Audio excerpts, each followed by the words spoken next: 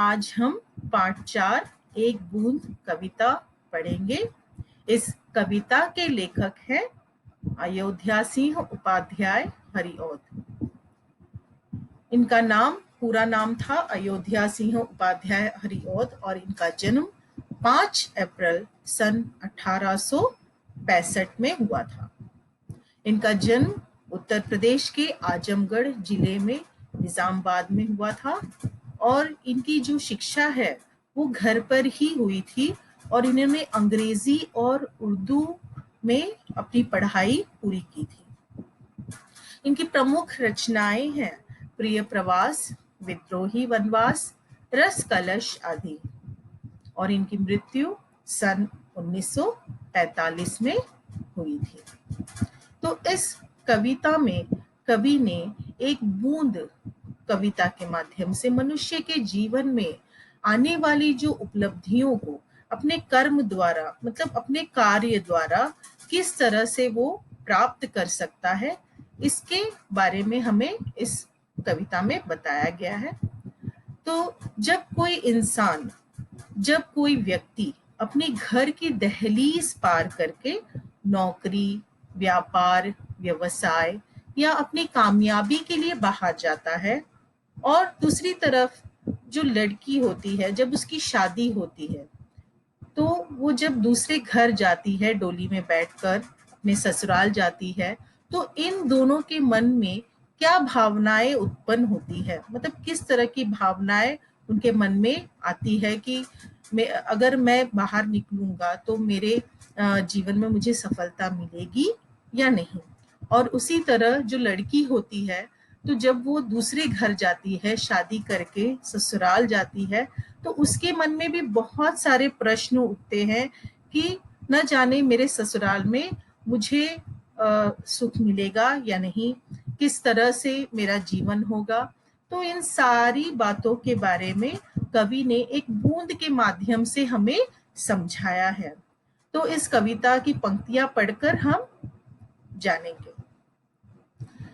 जो निकल कर बादलों की गोद से थी अभी एक बूंद कुछ आगे बढ़ी, सोचने फिर यही जी में लगी, आह क्यों घर छोड़कर मैं यूं खड़ी।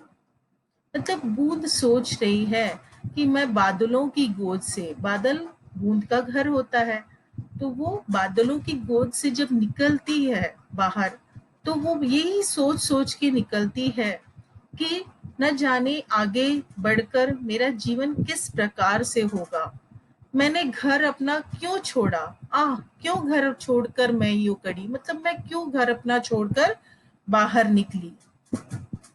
देव मेरे भाग्य में है क्या बता, मैं बचूंगी या मिलूंगी धूल में।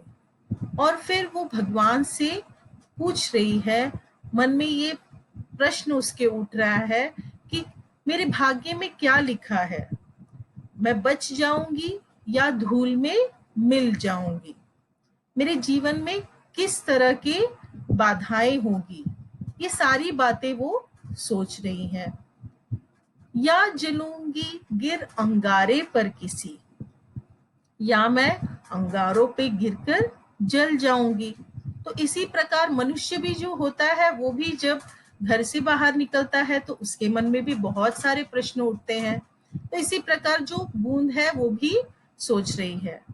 आप जान रहे हैं ना बच्चों की कविता में कवि ने एक बूंद के माध्यम से मनुष्य के बारे में ये सारी बातें कही हैं। तो चू पड़ूंगी या कमल के फूल में, या मैं कमल के फूल में गिर जाऊंगी। बह गई उस काल एक ऐसी हवा, वह समुंदर और आई अनमनी। बह गई इस काल यानी समय, एक ऐसी हवा मतलब एक समय आया जब ऐसी हवा चली कि वो अनमनी यानी बेमन के, उसका मन नहीं है, लेकिन वो एक हवा के झोंके से समुंदर की ओर चली गई।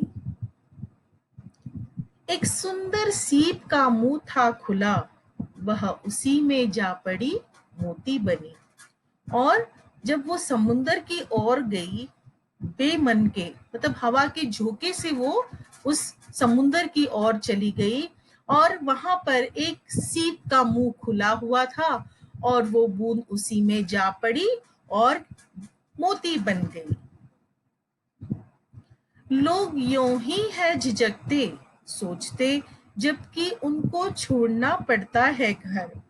तो लोग जो है, जिस तरह से बूंद जब अपने घर से निकली तो उसके मन में कितने सारे प्रश्न थे, उसी प्रकार जब लोग भी अपने घर से बाहर निकलते हैं, अपनी दहलीज पार करते हैं, तो वो भी, उनके मन में भी बहुत सारे प्रश्न उठते हैं। वो झिझकते हैं, बाहर जाने से डरते हैं, जबकि उनको छोड़ना पड़ता है घर। जब वो अपना घर छोड़ते हैं तो वो थोड़ा झिझकते हैं, थोड़ा डर उनके मन में होता है। किंतु घर को छोड़ना अक्सर उन्हें बूंद लो कुछ और ही देता है कर।